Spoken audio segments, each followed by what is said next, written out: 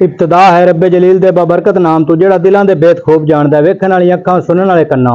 तुहानूं शफकत बारी मैं सदके मैं वारी दा सलाम पहुंचे। मेरे चैनल नूं वेखण सुनन लाइक ते सबसक्राइब करने वाले सारे मेरे भरावां नूं खुश आमदीद। अजीज़ां ने मन वड्डे आंदे भी हौला लाद सवेले आ, जिन्ना करजा साडे मुल्क ते चढ़ गया ये साडियां आउण वालियां नस्लां भी नहीं ला सकदियां।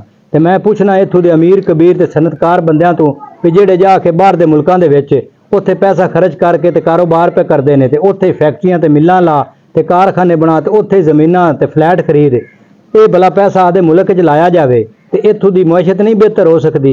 ये चंद बंदे इकट्ठे हो जावन ना तो मुल्क का कर्जा लै सकता है, तो वह इत्थे सिर लुकांदा वत्या तो वह यरी यरी आसरा लेंदा वत्या भी ये महंगाई के बंब तो चलिया होया भी ये गोलियां महंगाई दियां सानू ना ठुक जावन। तो इन्ना ही को नशा पैसे का चढ़िया होया है भी जेड़ा जाके बाहर के मुल्कां च लांदा है भी इत्थे कोई कारोबार करो, गरीब गुरबा की रोजी चल जाए तो कोई रोज़गार लग जाए। वो नशा इत्थे नहीं लांदा, वो बाहर के मुल्कां च लांदा है, तो वह आसरे लभदा वत्या भी जिमें कोई दो नशई आन तो वह लड़ाई हुंदी पई, गोली चलती पई, तो एक दूजे नूं आंदा भी उरा होया गोली लग जासे, उस आखे किदे हो जावां, आखे इत्थे बांस दे ओले होया।